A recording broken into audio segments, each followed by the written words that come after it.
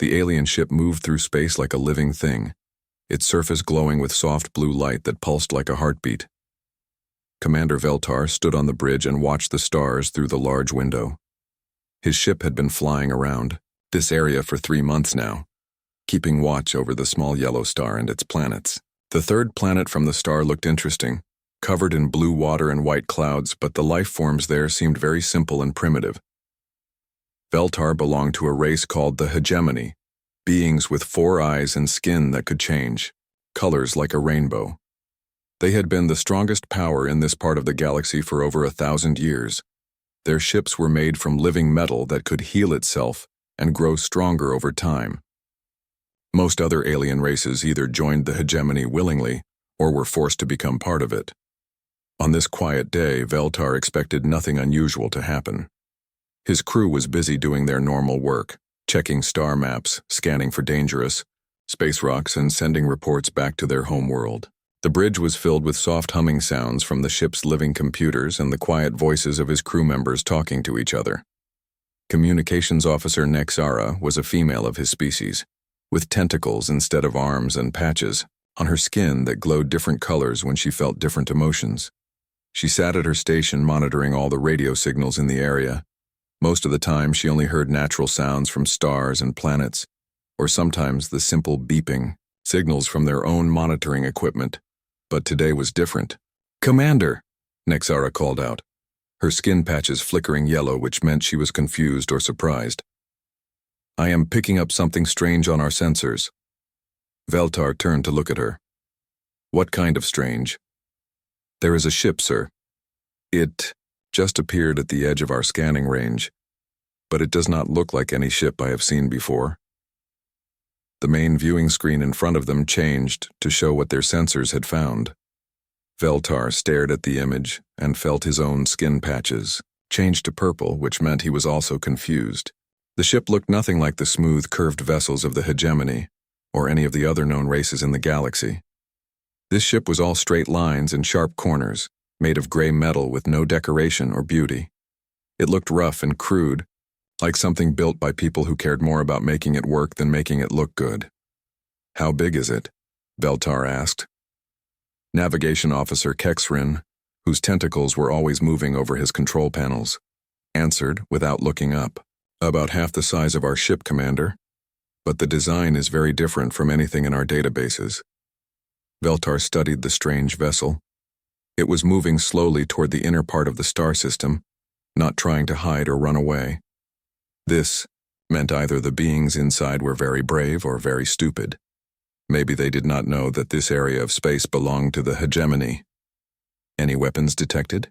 he asked.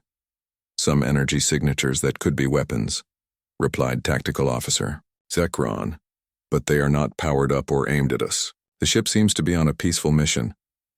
This was interesting, but not alarming. The Hegemony had met many new species over the centuries, and most first contacts followed the same pattern. The new species would be scared, confused, and eager to please once they learned who they were dealing with. Some would try to fight, but that never lasted long against Hegemony technology. Others would immediately surrender and ask to join their empire. "Send them our standard greeting," Veltar ordered. "Let them know they have entered Hegemony space and ask them to identify themselves." Nexara's tentacles moved quickly over her. "Controls.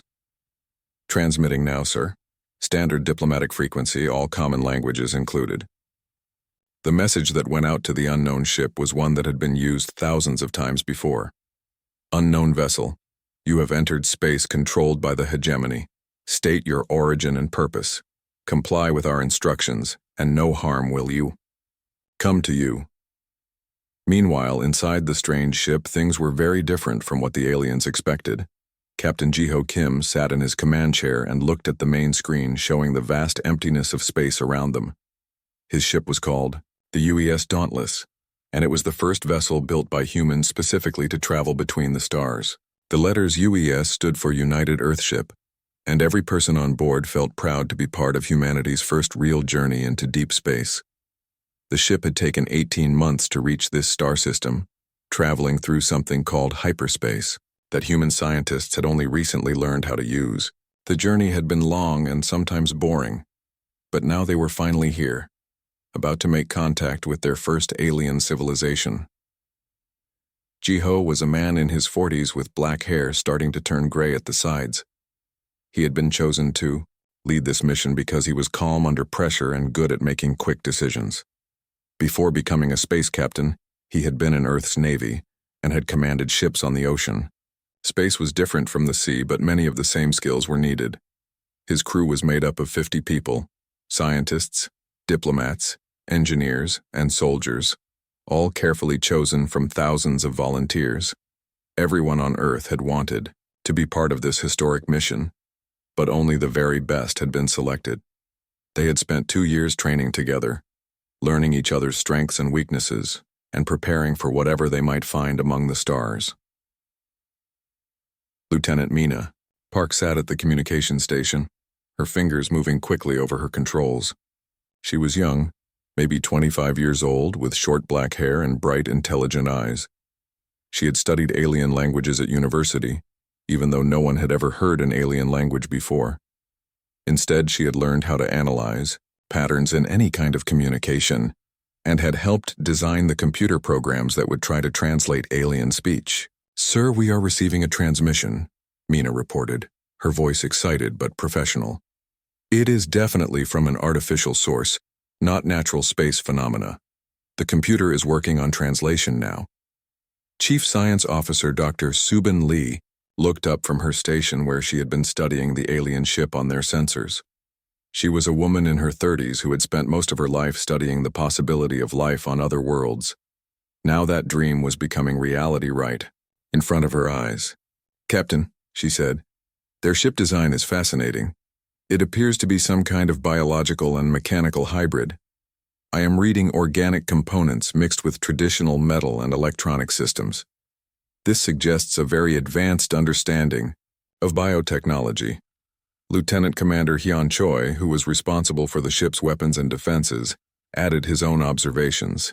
"Sir, they are not showing any hostile behavior, but their ship is definitely more advanced than ours. If this turns into a fight, we would be in serious trouble." But Jiho had no intention of starting a fight. This was humanity's first chance to make friends with aliens, and he was not going to waste it by being aggressive or stupid. Earth's leaders had been very clear about the mission's goals: make peaceful contact, learn as much as possible, and represent humanity in the best possible way. "What does their message say?" Jiho asked Mina. The young woman frowned as she studied her computer screen. "The translation is not perfect yet, sir, but I think they are asking us to identify ourselves and state our purpose. It sounds like some kind of official challenge or greeting." Jiho nodded. This was the moment that would be remembered in history. Books forever. Humanity's first words to another intelligent species. He thought carefully about what to say, knowing that these words might determine whether humans and aliens became friends or enemies.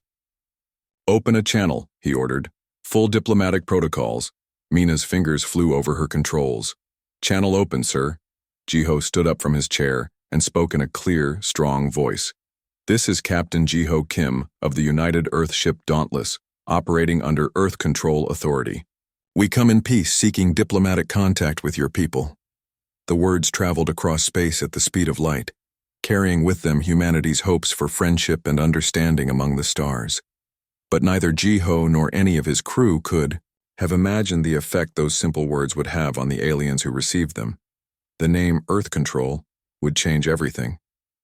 The bridge of the alien ship became completely silent after the human transmission ended. Every crew member stopped what they were doing and stared at their communication equipment as if it had suddenly caught fire. The soft humming of the ship's living computers seemed louder now in the absolute quiet that had fallen over everyone.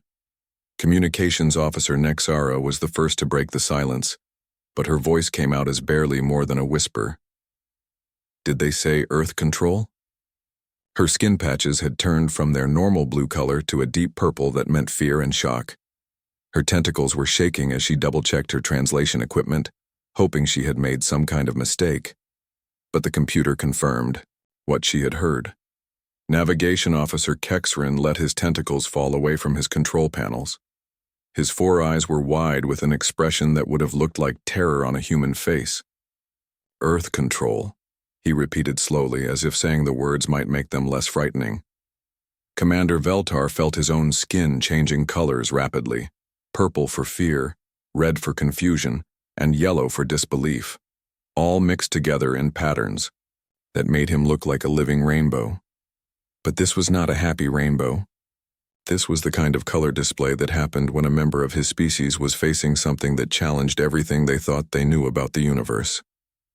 Impossible, Veltar said, but his voice lacked confidence. The Terrans disappeared over 2,000 years ago.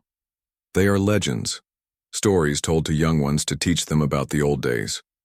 But even as he spoke, Veltar knew in his heart that what he was saying might not be true. Every member of the hegemony military learned about the Terrans during their training, not as history lessons, but as warnings.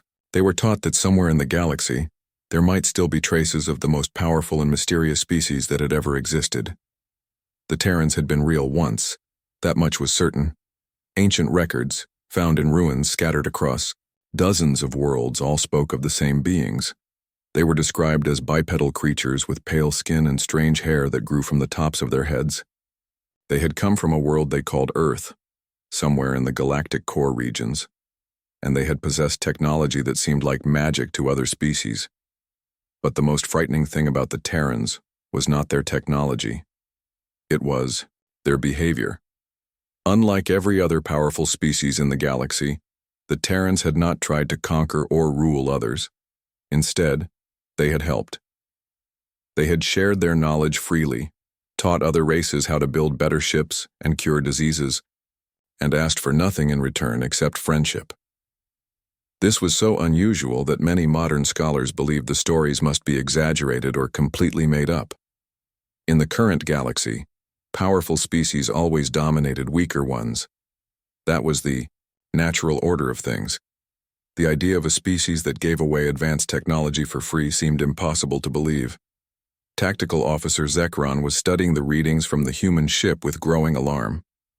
Commander, their energy signatures match some of the theoretical patterns described in the old Terran databases. What databases? Veltar demanded. Those files are classified at the highest levels. Sir, I have clearance to access them because of my position, Zekron replied. The military keeps copies of all known Terran technology records in case we ever encounter anything similar. The basic design principles of their ship, the way their power systems work, even the metal alloys they use. It all matches the ancient descriptions. Veltar made a decision that would have been unthinkable just minutes earlier.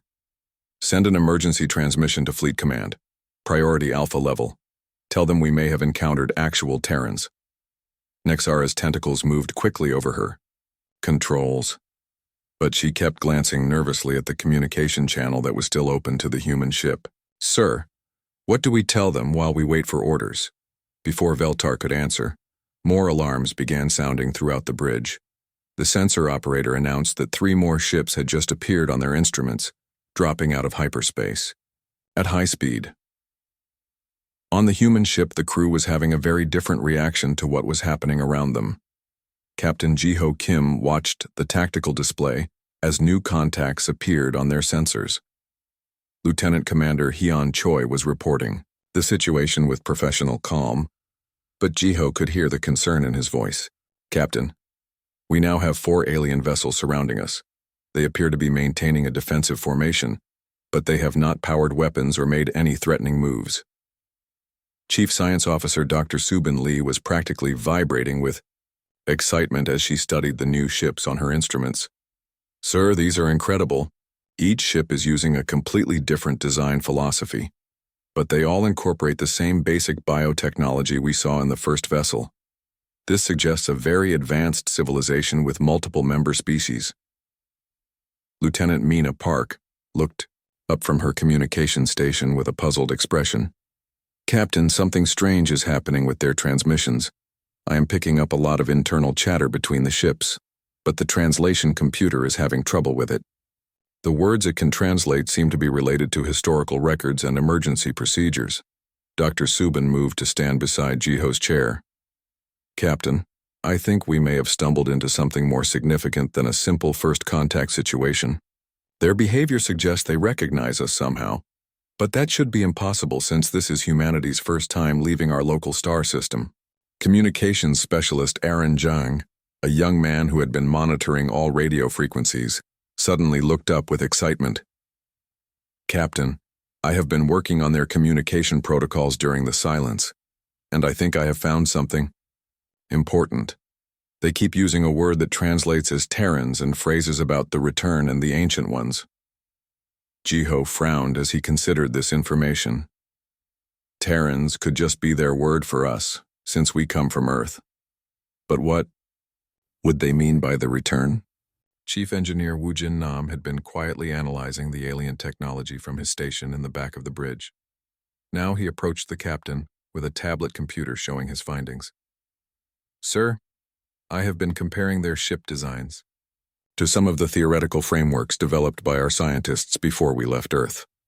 There are similarities that should not exist." "What kind of similarities?" Jiho asked. "The way they integrate biological and mechanical components follows principles that were described in some of Dr. Tesla's classified research files. The energy distribution patterns match theories that our physicists developed but never had the technology to test. It is as if they are using advanced versions of scientific concepts that we have only just discovered." Dr. Subin's eyes widened as she heard this. "Captain, what if the situation is not what we think? What if humanity has been to space before, a long time ago, and these aliens remember us?" The idea seemed incredible, but it was the only explanation that made sense of the aliens' behavior.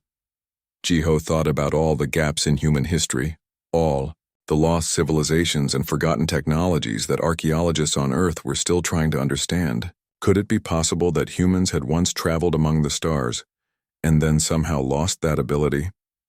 Lieutenant Mina interrupted his thoughts. "Captain, we are receiving a new transmission from the lead alien ship. The translation is much clearer. This time." "Put it on speaker," Jiho ordered. A new voice filled the bridge, speaking through their translation system in accented but understandable English. The tone was formal, but respectful, almost reverential. "Vessel of Earth Control. This is Admiral Zexathara of the Hegemony Fleet. We request permission to approach for diplomatic contact." The human crew exchanged glances of surprise. In all their training scenarios, they had expected to be the ones asking permission from more advanced aliens. But here was an alien admiral, clearly in command of superior forces, asking for their permission. Diplomatic attaché Yunji Song stepped forward from her position at the Cultural Analysis Station. She was a middle-aged woman who had spent years studying how different human cultures interacted with each other, preparing to apply those lessons to alien contact. "Captain, this behavior is unprecedented. They are showing us a level of respect that suggests they consider us to be their equals or even their superiors. This could mean they know something about humanity that we do not know ourselves." Security Chief Jin Wuhan, a large man with scars from military service on Earth, moved closer to the captain. "Sir, recommend we proceed with caution. Their respectful behavior could be genuine, or it could be a trap to get us to lower our guard." But Cultural Liaison Daeho Yoon, a younger man who specialized in understanding social behavior, disagreed. "Captain, I do not think this is deception. Their body language, as much as we can read it through our sensors, suggests genuine nervousness and excitement, not hostile intent." Jiho made his decision. This was why Earth had sent diplomats and scientists along with soldiers to take advantage of opportunities for peaceful contact. "Open a channel. Admiral Zexthera, this is Captain Jiho Kim. Permission granted for diplomatic approach. We welcome the opportunity for peaceful contact between our peoples."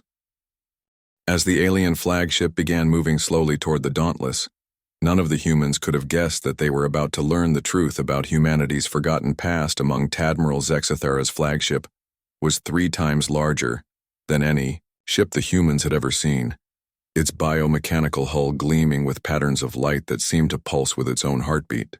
As it approached the Dauntless, smaller escort vessels took positions around both ships, creating a protective formation that looked more like an honor guard than a military blockade. Inside the Hegemony flagship's command center, Admiral Zexithera was accessing files that had not been opened for over 1,000 years. She was a member of an ancient species called the Velkari, tall and graceful with silver skin and large eyes that could see far into both the infrared and ultraviolet spectrums. Her people had been among the first to encounter the legendary Terrans, and they had kept more complete records than most other species. The files that appeared on her screen told a story that few beings in the current galaxy would believe. Over 3,000 years ago, a species calling themselves Terrans had appeared in the core regions of the galaxy. They had arrived not as conquerors or traders, but as teachers and healers. Their technology was so advanced that it seemed like magic to the primitive species they encountered. But the most remarkable thing about the Terrans was not their technology, it was their philosophy. Unlike every other spacefaring species in galactic history, the Terrans shared their knowledge freely. They taught other races how to cure diseases, how to build faster ships, how to generate clean energy, and how to communicate across vast distances. They asked for nothing in return except friendship, and the promise that their students would help others in the same way.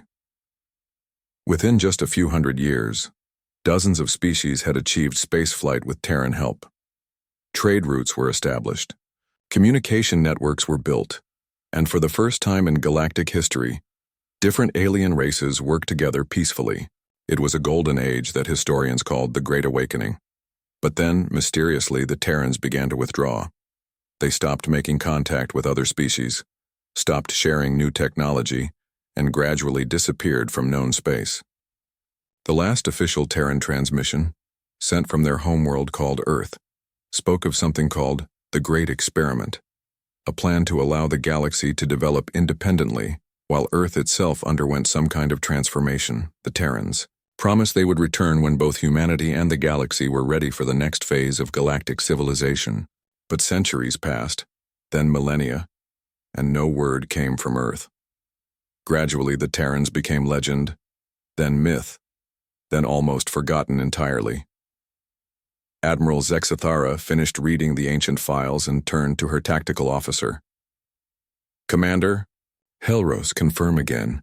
You are certain about the energy signatures from that human vessel?" Commander Helros was a member of the same species as Admiral Zexithara, but younger and more focused on military technology than historical records. "Admiral, there is no doubt. The quantum resonance patterns, the hyperspace field generators, even the basic structural alloys, everything matches the theoretical Terran designs in our databases. This ship may look primitive compared to our vessels, but its underlying technology follows principles that only the ancient Terrans understood." The Admiral's second-in-command, a being called Navik from a species of natural mathematicians, added his own analysis. "Admiral, I have been running probability calculations based on the location where they appeared, their ship's design, and their stated origin. The mathematical likelihood that this is coincidence approaches 0. These beings must be the descendants of the original Terrans." Admiral Zexithara made a decision that would reshape galactic politics. "Open a secure channel to the High Council on SciFiPrime. Emergency authorization Omega-7. Tell them that the Terrans have returned." Meanwhile, aboard the Dauntless, the human crew was trying to make sense of the alien behavior they were witnessing. Chief Science Officer Dr. Subin Lee was practically bouncing with excitement as she analyzed the readings from the alien ships. "Captain, their formation is not defensive, it is ceremonial.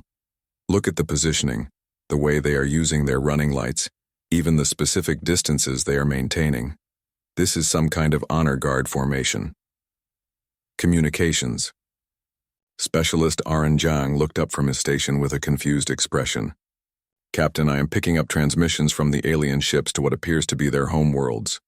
The translation is still rough, but they seem to be reporting our arrival as some kind of major historical event." Captain Ji-Ho Kim studied the tactical display, trying to understand what he was seeing. 4 enormous alien ships surrounding his small vessel, but showing no signs of hostility. Instead, they seemed to be treating the Dauntless like visiting royalty. "Any theories about why they are acting this way?" Ji-Ho asked his senior staff. Diplomatic attaché Yoonji Song had been analyzing the aliens' behavior patterns since first contact began. Captain, in human history, this kind of reverential treatment was usually reserved for the return of legendary figures or the arrival of important religious leaders. They are not treating us as strangers. They are treating us as someone they have been waiting for. Chief Engineer Woojin Nam approached with a tablet showing his latest analysis. Captain, I have been comparing their ship technology to everything in our databases, including the classified theoretical research files. There are too many similarities to ignore. Their ships use principles that human scientists only discovered recently, but they have clearly been using these technologies for centuries or millennia. Dr. Subin's eyes lit up as she heard this. Captain, what if these aliens learned their technology from humans in the past? What if Earth really did have a spacefaring civilization that we have forgotten about? The idea seemed impossible, but it was the only explanation that fit all the evidence. Lieutenant Mina Park interrupted their discussion with news from the communication station. Captain Admiral Zex Thera is requesting permission to come aboard our ship for face-to-face diplomatic contact. She says it would be the greatest honor of her lifetime. Security Chief Jin Wuhan immediately stepped forward. Sir, I recommend against allowing aliens aboard our ship. We do not know anything about their biology, their intentions, or their capabilities. But Cultural Liaison Dae Ho Yoon disagreed. Captain, their behavior suggests they consider this meeting to be of enormous cultural and historical significance. Refusing might be seen as an insult that could damage relations permanently. Ji-ho weighed his options carefully. Earth's leaders had given him broad authority to make decisions about first contact, but they had also emphasized the importance of caution and safety. However, the aliens had shown no hostile behavior, and this might be humanity's best chance to learn the truth about what was happening. Dr. Subin, what is your assessment of the biological risks? Ji-ho asked. Captain, our sensors show that their atmosphere is similar to ours, and their biology appears to be carbon-based like humans. With proper precautions, the risks should be manageable. Very well, Ji-ho decided. Tell Admiral Zexathera that she and a small diplomatic party are welcome aboard the Dauntless. Standard quarantine protocols will be in effect. As arrangements were made for the historic meeting, Admiral Zexathera was preparing for what she believed might be the most important moment in galactic history since the Terrans first appeared. Among the stars, she selected her diplomatic team carefully, Commander Helros for military expertise, Scholar Bendar for historical knowledge, and Healer Yintal for cultural sensitivity. Each of them had spent years studying the ancient Terran records, but none of them had ever expected to meet actual descendants of the legendary species. Remember, Admiral Zexathera told her team as they prepared to transfer to the human ship, these beings may not remember their own history. The records suggest that the Terrans wiped their own memories before withdrawing from galactic civilization as part of some greater plan we still do not understand. We must be careful not to overwhelm them with information they may not be ready to hear. The small alien shuttle that approached the Dauntless was a work of art as much as technology, its curved surfaces decorated with patterns that seemed to shift and change as it moved. But inside that beautiful craft, 4 of the galaxy's most knowledgeable beings were nervous about meeting creatures from their oldest legends. As the airlock cycled and Admiral Zexathera stepped aboard a human ship for the first time in over 3,000 years, she felt the weight of galactic history on her shoulders. The Terrans had returned just as they had promised. But would they remember who they really were? And would they be ready to reclaim their place as the teachers and protectors of galactic civilization? Captain Ji-ho Kim was about to learn that humanity's greatest adventure was not discovering new worlds but rediscovering a legacy written in the stars themselves. The main docking bay of the Dauntless had been hastily converted into a diplomatic meeting room.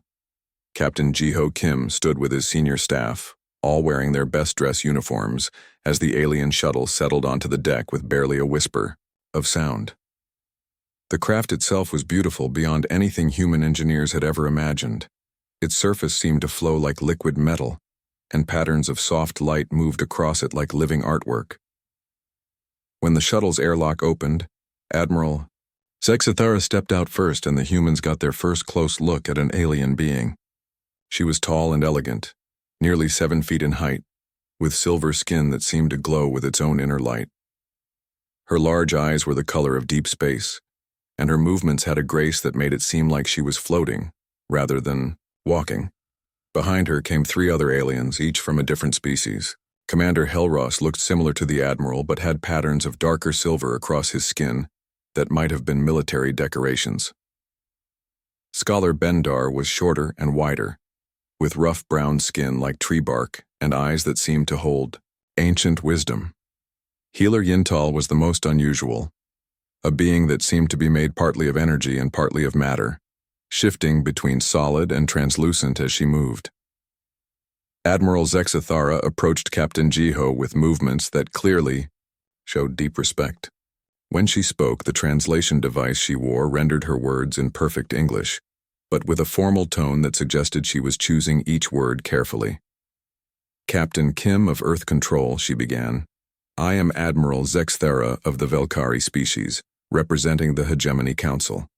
This meeting is an honor beyond measure for myself and my people. Jiho stepped forward and offered his hand in the traditional human greeting, not sure if the alien would understand the gesture. To his surprise, Admiral Zexathara not only understood, but seemed to be expecting it, grasping his hand gently with her long, graceful fingers. Admiral Zexathara, I am Captain Jiho Kim representing the people of Earth. We are grateful for this opportunity to meet and learn from each other. The Admiral's large eyes seemed to study Jiho's face with intense interest, as if she was looking for something specific.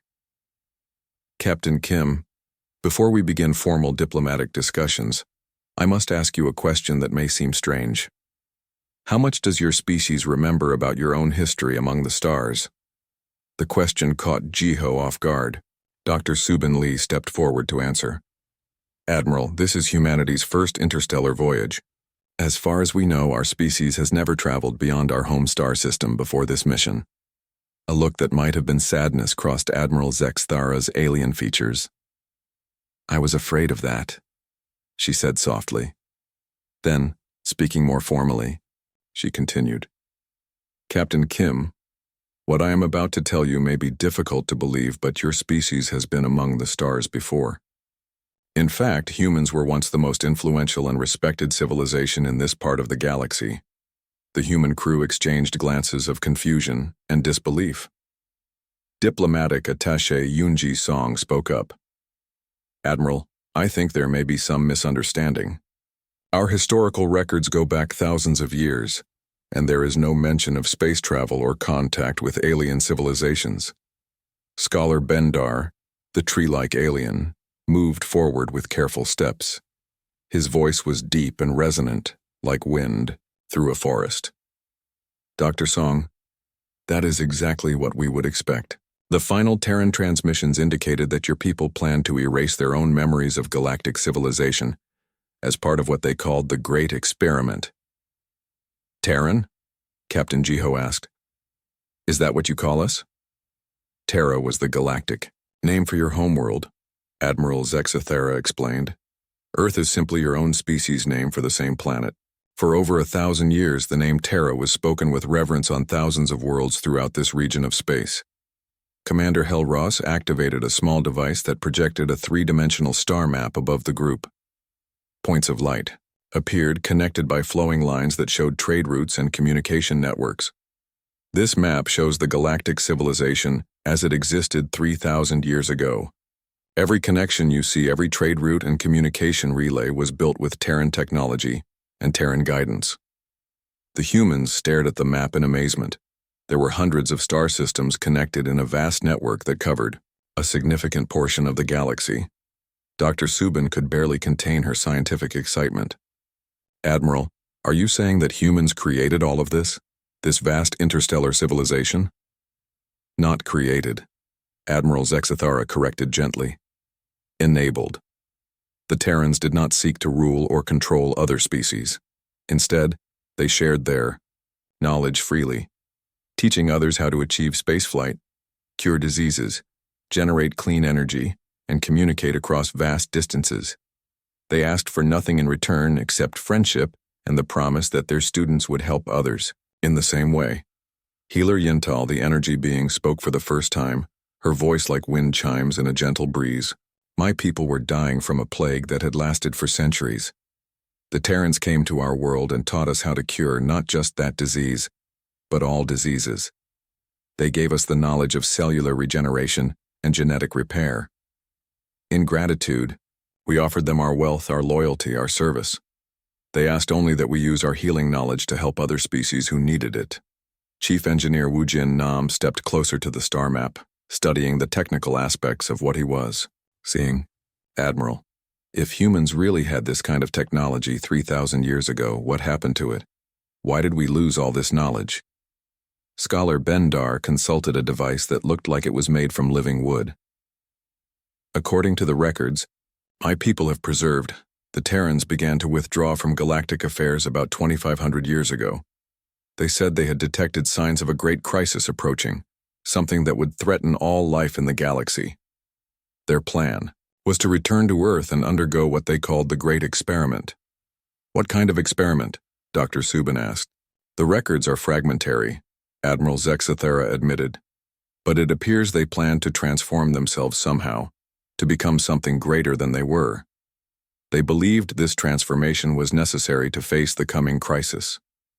But the process required them to forget their past, to start fresh as a species. Communications specialist Aran Zhang, who had been quiet until now, suddenly spoke up. Admiral, are you saying that humans deliberately made themselves forget about space travel and alien contact? That is what the final transmission suggested, Commander Helros confirmed. The last message from Earth spoke of sealing the hyperspace, routes to your star system, and beginning a period of isolation that would last until both humanity and the galaxy were ready for the next phase of galactic civilization. Captain Jiho felt the weight of this revelation settling on his shoulders like a heavy cloak. Admiral, if this is true, then our arrival here was not an accident. We were supposed to return. Captain Kim, Admiral Zexthera said, her voice filled with an emotion that the translation device could not quite capture. The Hegemony Council has been waiting for this day for over 2,000 years. We have preserved your people's gifts to the galaxy, maintained the star charts you left us, and kept watch over the routes to Earth. We always believed that one day the children of Terra would return to reclaim their place among the stars. Security. Chief Jin Wuhan, who had been listening in growing amazement, asked the question that was on everyone's mind. What does this mean for humanity now? What do you expect from us? Admiral Zexathera looked at each of the humans in turn before answering. Captain Kim, the galaxy faces many of the same problems it did when your ancestors first appeared among the stars. War, disease, ignorance, and fear. The hegemony has tried to maintain peace and order, but we lack the wisdom and the advanced knowledge that the Terrans possessed. We do not expect you to immediately become what your ancestors were, but we hope that in time, humanity will once again take its place as the teachers and healers of galactic civilization, cultural liaison. Daeho Yoon stepped forward. Admiral, this is an incredible responsibility. How can we be sure we are ready for something like this? The Admiral smiled, an expression that was somehow both alien and warmly familiar. Mr. Yoon, you are here, are you not? You left the safety of your homeworld to explore the unknown and make contact with strangers. You came in peace, seeking friendship and understanding. Those are the same qualities that made the ancient Terrans beloved throughout the galaxy. Perhaps you are more ready than you think. As Captain Jiho looked around at his crew and then at the alien beings who had welcomed them home to a heritage they had never known existed, he realized that humanity's greatest adventure was just beginning.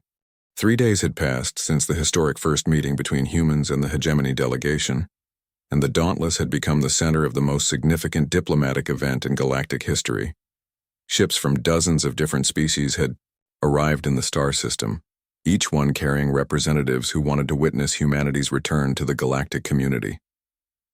Captain Jiho Kim stood in his quarters, looking out at the incredible sight through his small window. Vessels of every imaginable design floated in space around his ship, some that looked like living creatures, others that appeared to be made of pure crystal, and still others that seemed to bend light itself around their hulls. Each one represented a different species, a different world, all united by their connection to humanity's forgotten legacy. On his desk lay a data pad containing information that would have been impossible to believe just a week earlier. Admiral Zexathara and her team had spent the last 3 days sharing historical records, star charts, and technological databases that told the story of humanity's first golden age among the stars. The evidence was overwhelming and undeniable. Humans had once been the most advanced and respected species in the galaxy. Dr. Subin Lee entered his quarters carrying another data pad, her face glowing with scientific excitement that had not dimmed since the revelations began. "Captain, you need to see the latest reports from Earth. The news of our discovery has caused a sensation back home." Jiho took the pad and read through the messages that had been transmitted back to Earth through the hyperspace communication relays the aliens had provided. Scientists, historians, and archaeologists were working around the clock to search for any evidence of humanity's forgotten spacefaring past. Already, they were finding things that had been dismissed or misunderstood for centuries. They have found ruins in the Sahara Desert that match architectural patterns from Terran colonies, Dr. Subin reported. Ancient cave paintings in Australia that show star maps identical to the ones Admiral Zexathara shared with us. Even some of the unexplained artifacts in museums are starting to make sense when viewed as remnants of advanced technology. Chief Engineer Wu Jin Nam had spent the last 3 days working with hegemony engineers to understand the technology that humans had once created. He joined the meeting with news that was both exciting and overwhelming. "Captain, the technological databases they have shared with us contain innovations that could solve every energy crisis on Earth, cure diseases we thought were impossible to treat, and allow us to build ships that could cross the galaxy in days instead of years. But there is so much information that it would take our scientists decades to understand it all." This was the challenge that Captain Jiho had been wrestling with since learning the truth about humanity's past. How could they responsibly handle knowledge that was thousands of years ahead of current human science? How could they avoid the mistakes that might have led to humanity's withdrawal from galactic civilization in the first place? Communications specialist Aran Zhang entered with the latest reports from the diplomatic meetings that had been taking place aboard various alien ships. "Captain, the Hegemony Council has made their formal decision. They are offering to return all former Terran territories and technological archives to Earth control. They are also requesting that humanity resume its role as mediator and teacher for the galactic community." The magnitude of what was being offered was staggering. Hundreds of star systems, countless worlds, and technologies beyond human imagination, all being freely given back to a species that had forgotten it ever owned them. Lieutenant Mina Park arrived with Admiral Zexathara and Scholar Bendar, who had requested a final meeting before the formal ceremonies that would welcome humanity back to galactic civilization. "Captain Kim," Admiral Zexathara began, "before we proceed with the official recognition of Earth's return to the galactic community, there is something else you should know about your people's past." Scholar Bendar activated his wooden device, projecting a new star map that showed regions of space beyond what the humans had seen before. "The crisis that your ancestors foresaw is approaching. Our astronomers have detected signs of what the ancient records called the Great Silence, a phenomenon that destroys entire star systems by somehow cutting them off from the fundamental forces that hold matter together. The projection showed areas of space that appeared completely empty, void of stars, planets, or any form of matter or energy. The Great Silence has been slowly expanding for the last 1,000 years. At its current rate of growth, it will reach inhabited systems within a few centuries." Captain Jiho felt a chill as he realized the implications. "You think this is why the ancient humans withdrew from galactic civilization? To prepare for this crisis?" "We believe so," Admiral Zexathara confirmed. The final Terran transmissions spoke of developing new technologies and abilities that would be needed to face this threat. "Your return now, just as the crisis approaches, cannot be coincidence." Dr. Subin leaned forward with scientific curiosity overriding her fear. "Admiral, do you have any theories about what the Great Silence actually is?" "Our best scholars believe it may be some form of weapon created by an unknown species, or perhaps a natural phenomenon that occurs when the universe itself becomes unstable in certain regions. The ancient Terrans seemed to think it could be stopped, but only with technologies and knowledge that did not exist at the time. Diplomatic attaché Yunji Song, who had been studying the political implications of humanity's return, asked the question that was troubling everyone. "Admiral, are you asking us to take on the responsibility of saving the galaxy from this threat?" Admiral Zexthara's expression became serious. "Ms. Song, we are not asking anything of you. We are simply sharing the information that your ancestors left for you. What humanity chooses to do with that knowledge is entirely your decision." Cultural liaison. Dae Ho-yoon had been quiet during most of the conversation, but now he spoke up. "Admiral, there is something I need to understand. Why are you so willing to trust us with all this power and responsibility? For all you know, modern humans might be completely different from our ancestors." The Admiral smiled, an expression that had become familiar and comforting to the human crew. "Mr. Yoon, you have already answered your own question. You came to the stars seeking friendship and knowledge, not conquest or wealth. When offered the chance to reclaim vast territories and powerful technologies, your first concern is whether you deserve such responsibility. These are exactly the qualities that made the ancient Terrans beloved throughout the galaxy." Healer Yintal, who had been quietly observing the humans during all their meetings, added her own perspective.